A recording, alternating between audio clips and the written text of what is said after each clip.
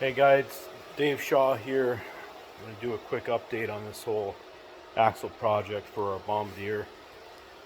Some of the guys in the bomber group were curious about how we were going to go about this, so I'm going to try to explain it and try to catch everybody up with where we're at right now.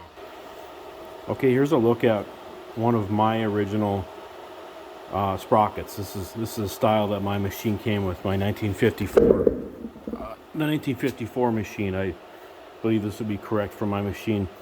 This is the outside. That's originally was the outside, and this was the inside of the sprocket. And they went on those old Dodge car axles, the tapered axles. They went right in there with a keyway,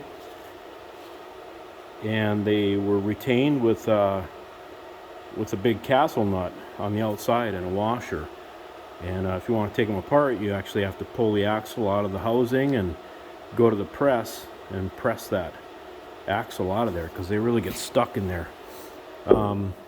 Thing is, we're switching to this GM 10 bolt, and the axle flanges left to right on this 10 bolt are 61 inches mounting face to mounting face.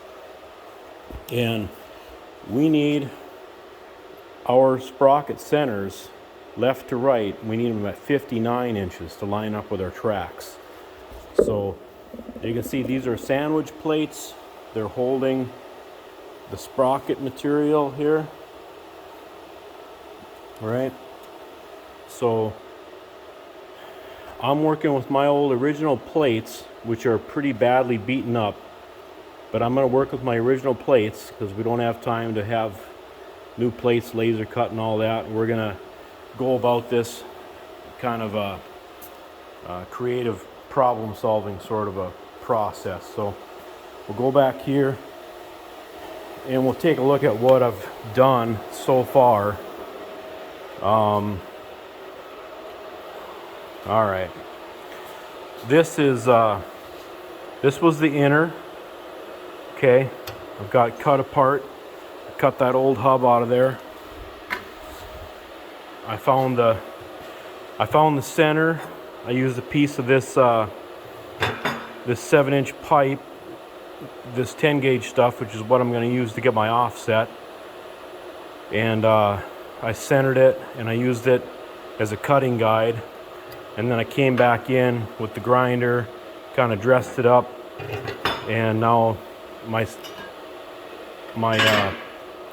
offset pipe fits in there. This is the outside ring. Same thing. We got a this will slide over there, and this just gets sandwiched on.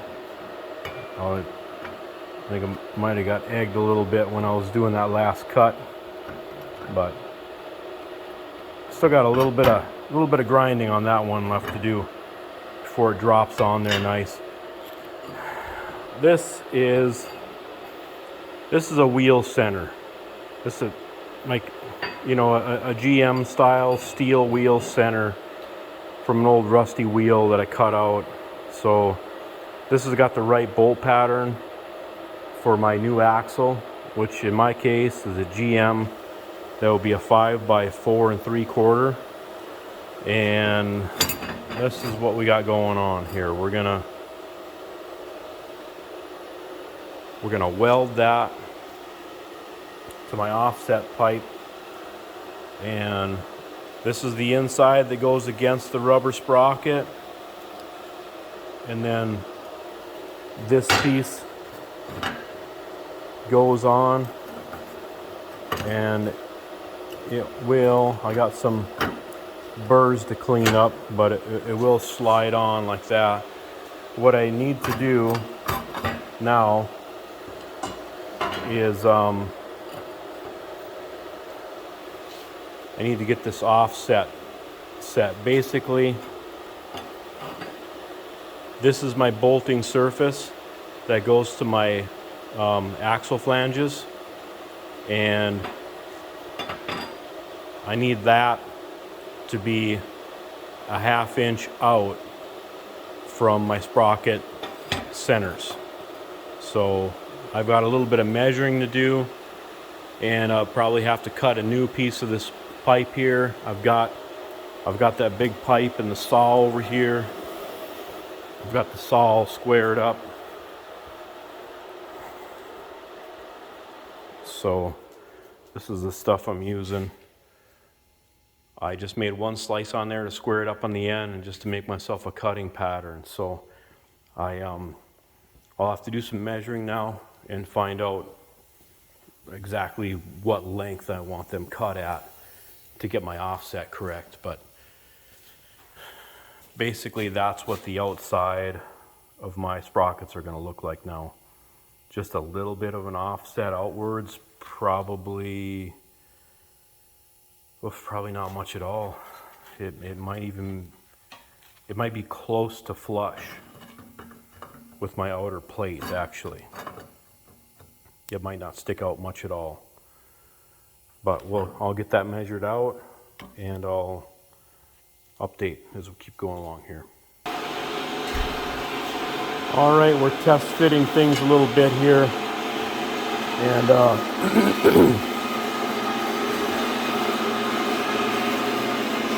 we're cutting another center bushing. This one that I have laying here is basically just, I use it for a cutting pattern. But you can kind of see how that is set up. We've decided that we need another, like around a ½ inch out. We need that much offset because we need this guy up here. So we're cutting a 2-inch ring and we're going to tack it up, do both sprockets that way. Then we're going to test fit it on the axle and see what we got. Right on, Joe?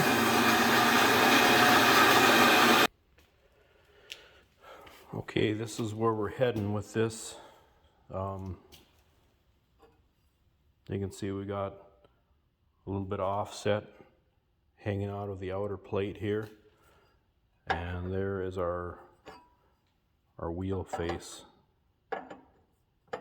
That's going to lay in there. People wondering about some specifics here as far as what we're using.